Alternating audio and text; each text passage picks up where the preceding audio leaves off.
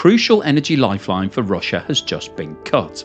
For over a decade, Moscow relied on Serbia's only oil refinery, a hidden gateway that kept Russian crude flowing into the heart of Europe.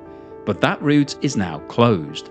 The United States has allowed sanctions to strike Serbia's Russian-owned oil company, cutting supplies through Croatia and putting the country's only refinery at risk of shutdown. Another link in Russia's energy chain broken, and another warning that the walls are closing in. Hi, welcome back to the channel. As you've just heard, Serbia's only oil refinery is actually owned by Russia and takes a large supply of Russian oil, which it then refines and uses in Serbia and sells on elsewhere. And it's now under the threat of being closed down as a result of the fact that sanctions have now been applied against the owner of this refinery, and therefore it's struggling to be able to continue trading.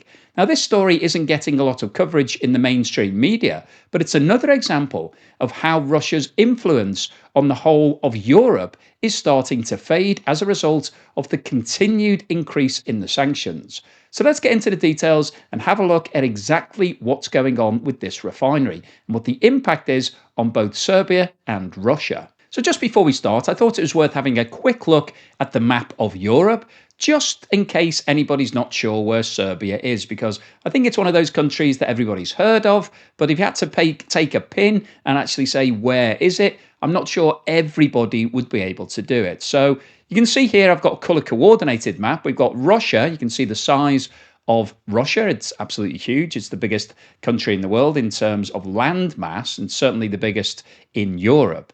And if you have a look at where Italy is, you can see that to the right of Italy, there are two countries, Croatia and Serbia, that are in dark red. So Serbia is a landlocked country that's sitting, it was previously part of the old Yugoslavia, and if you're familiar with where that was located. And if we zoom in and have a look at what's going on with regards to oil in Serbia, the only oil refinery that's still operational is Pančevo, which is in the center of the country. Novi Sad is actually, it was a previous refinery, but it closed down after the war back in the late 1990s and has never reopened as a refinery. They still store some oil and various things there, but it's not a refinery anymore. And you can see that the oil supply, Serbia does have a very small amount of its own production, but the majority of the oil is coming in, it's imported, and it's actually coming in via Croatia. Croatia has ports, so it comes into the Croatian port and is then transported via the JANAF oil pipeline. And the majority of that oil is Russian oil. The company that owns this refinery is called NIS. It was founded in 1991, which was after the breakup of the old Soviet Union. So it was part of Yugoslavia at that point. And as I've said, it's the only operational oil refinery in Serbia. It processes around about 96,000 barrels of crude oil per day. And it's producing gasoline, diesel, jet fuel, heating oil, LPG, and bitumen. So it's quite an advanced refinery to be able to produce all of those different products. And it supplies around 80% of Serbia's usage. So this is absolutely critical to the economy of Serbia. And the business also has around 400 petrol stations, service stations, gas stations, whatever you want to call them, which are spread all across Eastern Europe. This chart shows the ownership structure of the business. And as you can see, Gazprom, which was previously the largest company in Russia, it's actually reducing in size because of the huge losses that it's making as a result of the sanctions that have been applied. It owns 44.85% directly. A further 11.3% is also owned by a company called Intelligence JSC Russia, which is actually related to Gazprom. So when you combine the ownership of these two companies, it takes it to over 56%. So it's got a majority position. The remainder of the company is partly owned by the government of Serbia, and there are some investors in Serbia that have bought some shares. But the key issue here is that majority ownership is coming from Gazprom, so it's basically Russian controlled. And a deal was struck in 2008, giving Russia political influence and energy leverage in Serbia in exchange for low-cost gas and investment into the country. And since that deal was struck, Russia has invested more than 3 billion euros into Serbia. So we've got a very close relationship here in terms of what's going on with energy in Serbia. So what's going on with the sanctions? Why has this refinery not been sanctioned? Well, the first point to note is that Serbia is not in the European Union. It's not a member of the EU, so it wasn't part of the sanctions that were being put together by the EU bloc. So Serbia is a standalone entity. And it was actually given an exemption due to the fact that this refinery is so important to the economy of Serbia. So they were allowed to continue importing Russian oil through the pipeline that comes from Croatia.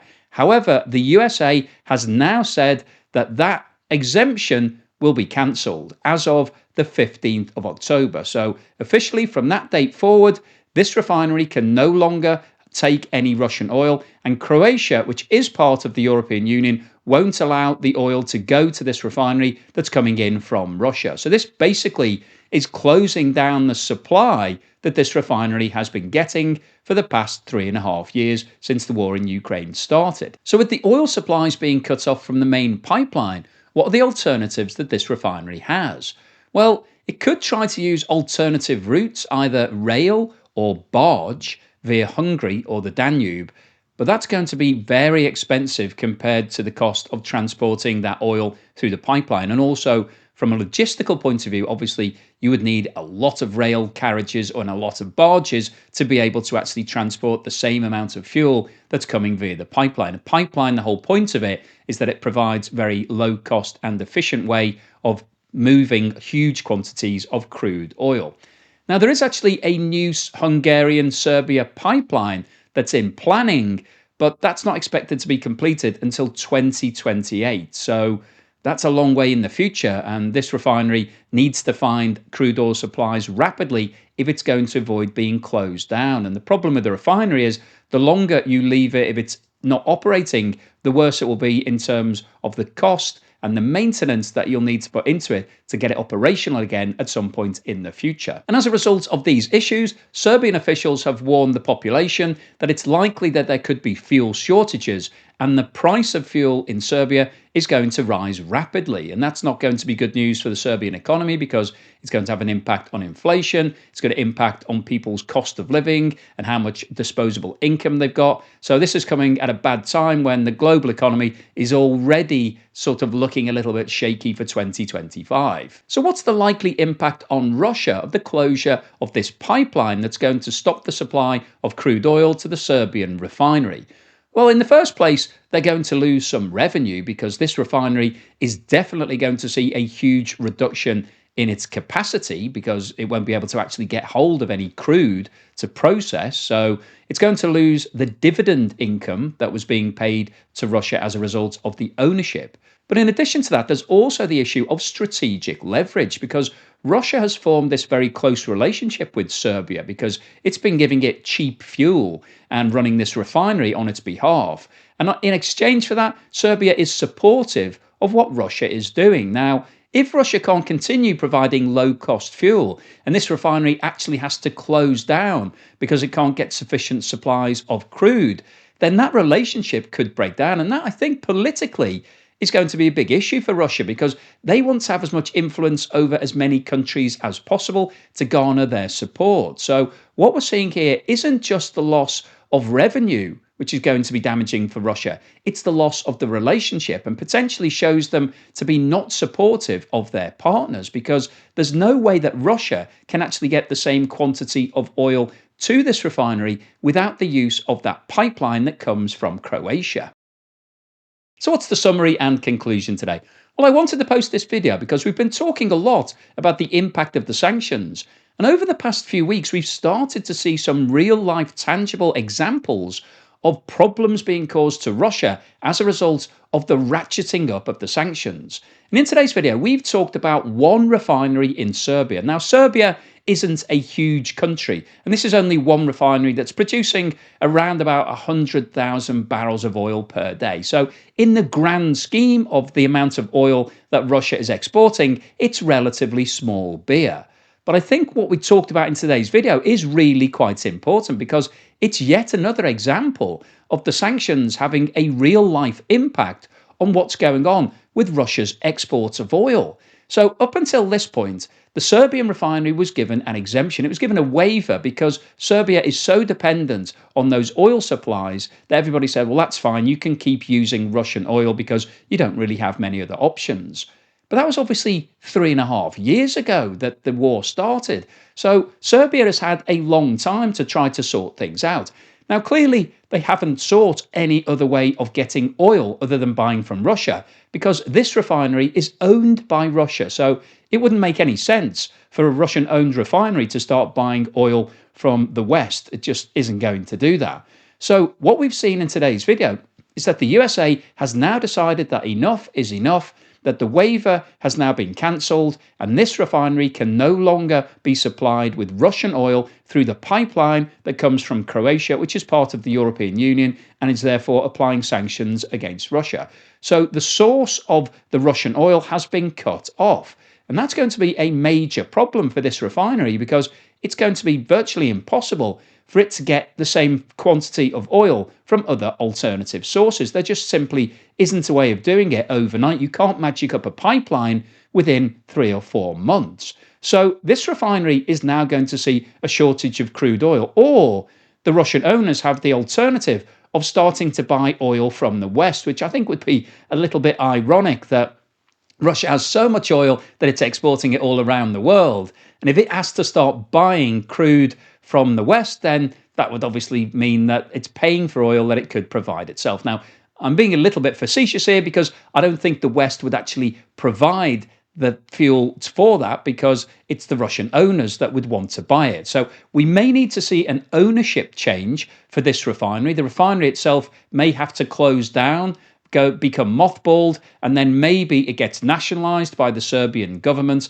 and then they could maybe then talk to the European Union about getting crude oil supplies. But all of that would take a lot of time, and clearly would represent a major problem for Russia, because they'd lose another asset. It'd be similar to what Russia had been doing with companies in Russia, where they've been nationalizing companies that were previously owned by the West and then using them for their own purposes. Serbia could go down that road. I'm not saying that they definitely will, because maybe the Russian owners will find a way of getting some crude oil to this refinery, but that's going to be a major challenge.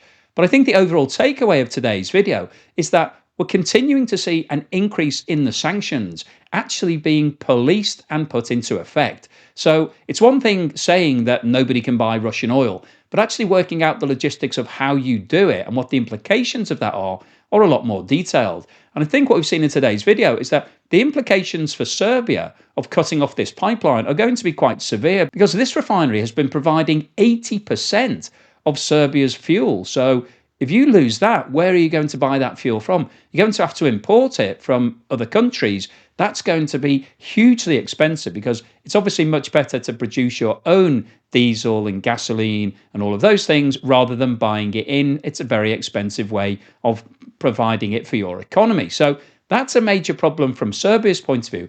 They're also going to see potentially a loss of employment if this refinery does close down, and it employs thousands of people. So that will have a big impact on the local economy. If all those people are made redundant and they're no longer being paid, they won't be spending in their local economy, and we'll see the negative multiplier effect that we've talked about in previous videos starting to hurt all of those regions. So this is really quite serious for Serbia, but it's more serious for Russia, because it's one more thing that's counting against Russia's oil exports. We are seeing Russia being hit from multiple different angles at the moment. It's struggling to be able to export gasoline and diesel anyway. Russia recently introduced an export ban on all of those products because of all of the problems it's having with the drone strikes that Ukraine is now targeting against all the refineries and oil facilities in Russia. So it needs as many supporters as it can get. Serbia, up until this point, has been a close ally of Russia, partly as a result of the fact that Russia has been looking after them from a fuel perspective.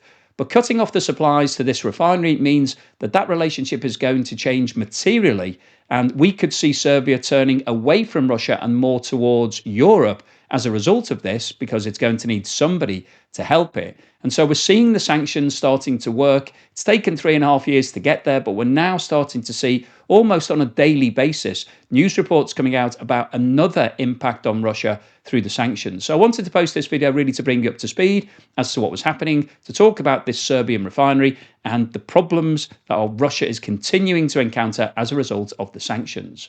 So hopefully you've enjoyed today's video, you found it useful, informative and thought-provoking. If you've liked what I've said, then please give me a thumbs up and subscribe if you haven't done so already. I know that more than half the people watching these videos haven't subscribed, so hit that button, it doesn't cost you anything. Thank you to everyone that's supported me, particularly everyone that's come over to Patreon recently. Really appreciate that support. You can watch my videos advert-free and early on Patreon. And thank you so much to everyone that's supporting me here. If you're a YouTube member or you bought me a super thanks, really, really appreciate that. And if you bought me a coffee or signed up as a Buy Me a Coffee member, thank you for that support. And here's something to put a smile on your face.